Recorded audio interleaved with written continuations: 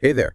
Ready to kind of get into like the nitty-gritty of how cities in India actually work. Yeah, that's what we're talking about today. Today's deep dive is all about urban local government. Right, all of that stuff that keeps your neighborhood running. Streetlights, waste Yeah. management, urban planning, the whole thing. And you've given me like a ton of material on this, articles and research, even your own notes. I'm seeing a lot about the history of these local bodies. Yeah, Seems like a pretty good place to start, right? absolutely. You really have to understand where these institutions came from to understand how things work today, Yeah, how they've evolved. right. Because it's not just about memorizing names and dates. Yeah. It's about like understanding the big picture, how governance has changed. Yeah, and especially if you're thinking about the UPSC, Yeah. historical context is so key to understanding current issues. Right, right, exactly. And speaking of names, I'm seeing all these different types of urban governments, municipal corporations, municipalities, notified area committees. Are these just like fancy names for the same thing? Not at all. Each type actually has its own specific responsibilities Okay. and its own scope. So imagine it like this. You have the municipal corporations. They're kind of like the heavy hitters, right? Handling the bigger, more complex cities. Right. And then you've got municipalities dealing with smaller towns. And then finally, you have these notified area committees, Yeah. which kind of pop up in areas that are transitioning from rural to urban. Okay, so different levels for different needs makes sense. Yeah. But how does this whole system, this layered cake of governance, how does it actually get funded? Who pays for all the services and all the infrastructure? Well, it's a mix of different sources. Okay. A big chunk comes from taxes, so property tax, Right. entertainment tax, even taxes on those billboards you see around town. Yeah. But they also make money from non-tax things too, like Right. fees for various services and grants from the state and central governments. And sometimes they even take out loans. Yeah. So they have responsibilities. They have ways to pay for those responsibilities. But the real question is, are they effective?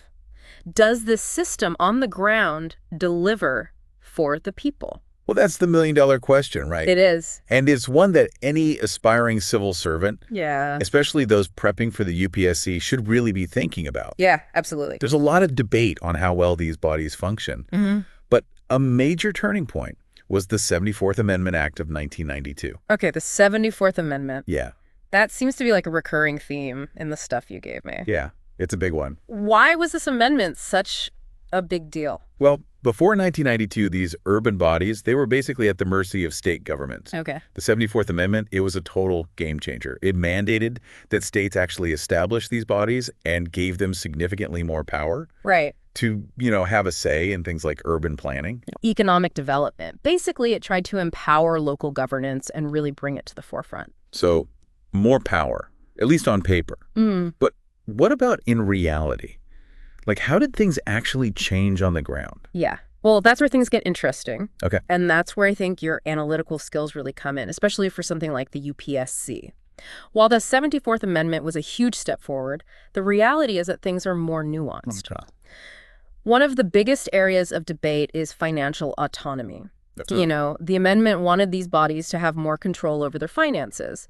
But many people say they're still really reliant on state governments. So it's not just about having the power to make decisions. Exactly. It's also about having like the money, the resources to actually make those things happen. Yeah, to implement those decisions. And that financial dependence can often mean a lack of real autonomy. It's a key issue that comes up again and again when you're looking at how effective these urban local bodies really are in India. So a work in progress. Yeah. What are some of the other challenges these bodies face Right. in actually delivering on their responsibilities? I'm guessing political interference might be one. Oh, you hit the nail on the head. Yeah. Political influence is a major concern. Right. And not just in theory. I mean, one of the articles that you shared highlighted a case in Bangalore where political pressure actually led to the approval of a construction project that really went against environmental regulations. Yeah. And this sort of thing happens all over the country. Right. It really highlights how vulnerable these bodies can be to outside pressure. Yeah, that's a concrete example of how things can go wrong. Yeah. And it definitely adds another layer to understanding these challenges. What about the capacity of these bodies to actually do their jobs? Do they have enough people and do they have the right expertise? That's another really important factor. Yeah. And unfortunately, the answer is often no.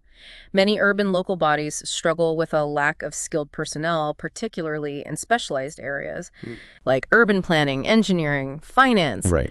And this lack of expertise, it directly impacts the quality and efficiency of their work. Right. Yeah. It sounds like there's a lot to consider when it comes to how effective these urban governments are. We've talked about some of the challenges. Yeah. But I'm curious, what about the people they're supposed to serve? Yeah. How can citizens actually make their voices heard and actually participate in this system? Yeah, that's where this idea of citizen participation comes in. Okay. The 74th Amendment, it really envisioned this more participatory model of urban governance, right? Yeah. Where citizens play an active role in shaping their cities. Right. But making that vision a reality, it's been a challenge. What are some of the roadblocks Yeah.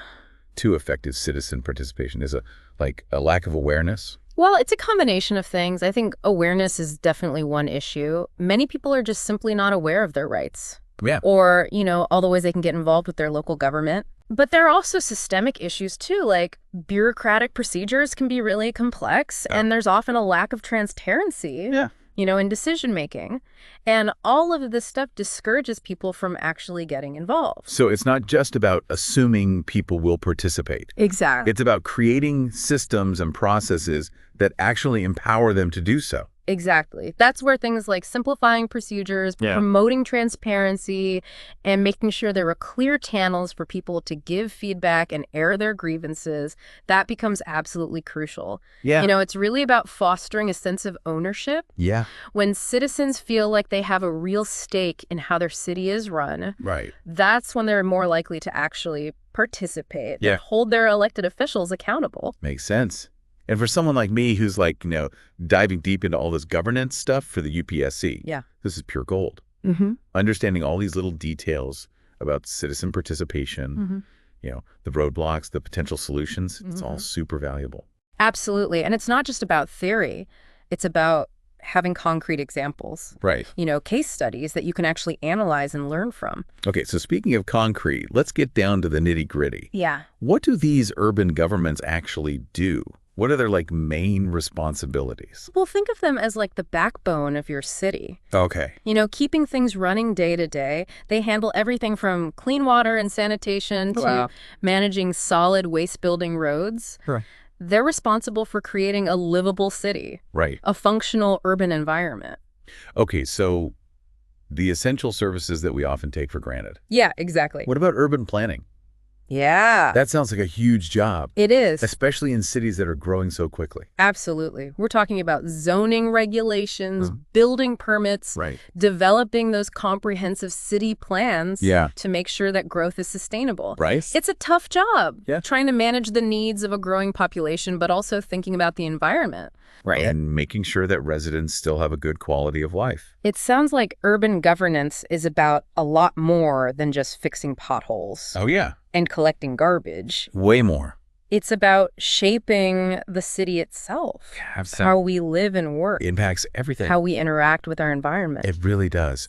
And that's why it's such an important area to study, especially if you're thinking about working in public service. Right. Understanding these complexities. Yeah. Being able to analyze the challenges. Yeah. And coming up with new solutions. Right. These are all things that the UPSC is looking for. Okay, so it's not just about knowing the facts. Right. It's about being able to use them. Yeah, to think critically. Right. To come up with solutions. Oh, let's talk about solutions. Okay. What are some areas where these urban bodies could do better? Yeah. Maybe some reform ideas that are out there. Well, you're thinking like a true policy analyst now. One of the biggest things, and we talked about this before, is financial autonomy. Yep. A lot of experts say that giving these bodies more control over their money is essential for them to actually deliver services effectively. Okay. This could mean things like changing property taxes, giving them more power to borrow money, or even finding new ways to generate revenue. So less dependence on the state. Exactly. More self-sufficiency. Yeah. What else is on the reform agenda? Well, transparency and accountability are huge. Okay. Making information about budgets, projects, decision-making easily accessible to citizens. Okay. That's crucial. This could mean using technology, All right. creating online portals, Yeah. having clean ways for people to make complaints. Yeah. It's all about empowering citizens with information Right. so they can hold their local government accountable. Okay, so we've got financial autonomy and transparency. Yeah. What about citizen participation Right. in the actual decision-making? Right. We talked about the roadblocks earlier. Yeah. But how do we actually get people involved? Well, that's where things like participatory budgeting come in. Okay. Imagine citizens having a direct say Yeah. in how local money is spent. Okay. Or think about strengthening ward committees. Right. So you're creating spaces where residents can voice their concerns Yeah. and be a part of local planning. So it's about going beyond just token representation Exactly. and creating real ways for citizens to be engaged. Yeah, it's about giving them ownership, Right. empowering them to shape their communities. And for someone preparing for the UPSC, Yeah. understanding these different models of citizen participation, Right. their strengths and weaknesses. That's the kind of in-depth knowledge that can really make a difference. I'm taking notes. It's like we're putting a puzzle together here. Yeah. Understanding all the parts of the system and how they fit together. It all connects. But what does this all mean for the future of urban governance in India? Right. Like, what's the big picture? Well, the big picture is that India is urbanizing at an incredible rate. I mean, by 2030, more than half of India's population is going to be living in cities. Wow. So the role of these urban local bodies, Right. it's only going to become more important. Okay, so the stakes are getting higher. Definitely. What are some of the key trends or developments to watch out for? Yeah. What's going to shape the future of urban governance in India? I'd say keep an eye on things like smart city initiatives, Okay. the use of technology to deliver services, Yeah. and the push for more decentralization. Okay. These are trends that have the potential to really transform urban governance, Right. but they also come with their own challenges. So it's like we're standing at a crossroads Yeah. with all these amazing opportunities, Yeah, but also some big challenges ahead. exactly. And Yeah. that's what makes this whole field so fascinating. Yeah. The decisions we make today, the policies we put in place, they're going to have a huge impact Yeah. on the future of our cities and the lives of millions of people. Speaking of decisions, you mentioned earlier that the 74th Amendment doesn't apply everywhere. Right. What are those areas? Yeah. And why were they left out? Well, the Act specifically excludes scheduled areas and tribal areas Okay. in various states. Okay. And they did that to protect the culture and the traditional ways of governing in those communities Right. to avoid any conflicts with their existing institutions. That makes sense. It's about recognizing that India is a diverse country Yeah, and respecting different ways of life. exactly. But what about the people living in those areas? Right. Don't they deserve effective urban governance too? Of course they do. And that's why it's so important to make sure that any development Right. or any governance model that's Yeah. implemented in those areas Right. is sensitive to their needs and what they want. Right. It's about finding a balance between respecting their traditions Yeah, and making sure everyone has access to essential services and opportunities. that makes sense. This kind of raises another question I've been thinking about. Yeah. How does India's approach to urban governance compare to other countries? Right. Are there any international best practices that we can learn from? That's a great question. You know, the structure and the powers of local governments, they vary a lot around the world. Okay. Some countries like the US have a strong tradition of local self-governance, while others have more centralized systems. So what can India learn from these other models? Yeah, Is there anything we can borrow or adapt to improve our own system? absolutely. There's so much knowledge and experience out there. Right. We can look at how other countries have done things like property tax reform Okay. to increase local revenue, Yeah. or how they've used technology to make services better and more transparent. Yeah. We can even learn from how they approach citizen engagement Right. and participatory planning. It's like a global buffet of best practices, Exactly. picking and choosing what works for us. The key is to be open to learning, Yeah. to see what's worked in other places, Right. and then adapt those lessons to the Indian context. Right. We don't have to start from scratch, Yeah. but we do need to be smart about using those successful approaches from around the world. This deep dive has been so insightful. We've gone from like dusty history to the inner workings of how cities actually function. Ah. And honestly, it's way more interesting than it sounds. It really is. And what I find most fascinating is that the future of our cities isn't set in stone. Yeah. We're shaping it. Right. through the decisions we make, Right. the policies we implement, Yeah, and how we interact with our local governments. that's a powerful thought. It is. And a good reminder that we all have a role to play in building the cities we want to live in. It's both inspiring and a little daunting to think that we can make a real difference in how our cities evolve. It's a shared responsibility, for sure. And for those listening who are preparing for the UPSC, this understanding of urban local bodies isn't just an academic exercise. It's about equipping yourself to tackle real-world challenges, analyze complex systems, and contribute to building a better future for our cities. It's about thinking like an urban planner, a policymaker, someone who understands the levers of governance and how to use them effectively. Exactly. The UPSC isn't just about rote memorization. It's about assessing your analytical skills, your ability to think critically, and your understanding of how theoretical concepts translate into practical solutions. This deep dive has given me so much to think about. We've covered everything from the historical evolution of urban bodies to their current roles and responsibilities, the challenges they face, potential reforms, even the global perspective. It's like we've zoomed in from a satellite view of urban India all the way down to street level, exploring the intricate mechanisms that make our cities tick.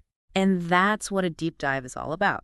Connecting the dots, seeing the big picture, but also understanding the nuances and complexities that exist at every level. I feel like I've gained a much deeper appreciation for the challenges and opportunities of urban governance. It's not just about concrete and infrastructure. It's about people, their aspirations, their right to a dignified life in a well-functioning city. Well said. And for all the aspiring civil servants out there, remember that the future of our cities is, in many ways, in your hands. The decisions you make, the policies you implement, will have a ripple effect, shaping the lives of millions. It's a huge responsibility, but also an incredible opportunity to make a real, tangible impact. Absolutely. And one thing that I find particularly fascinating is the role that technology is playing in shaping urban governance. From smart city initiatives to online platforms for citizen engagement, technology has the potential to revolutionize how our cities are managed and empower citizens in ways we haven't even fully imagined yet. It's like we're on the cusp of a new era of urban governance. More data-driven, more citizen-centric, and more responsive to the ever-changing needs of our cities. Precisely. And that's something for all of us to contemplate, to explore, and to actively participate in shaping. Because the future of our cities is not something that just happens to us, it's something we create together. Until next time, happy exploring.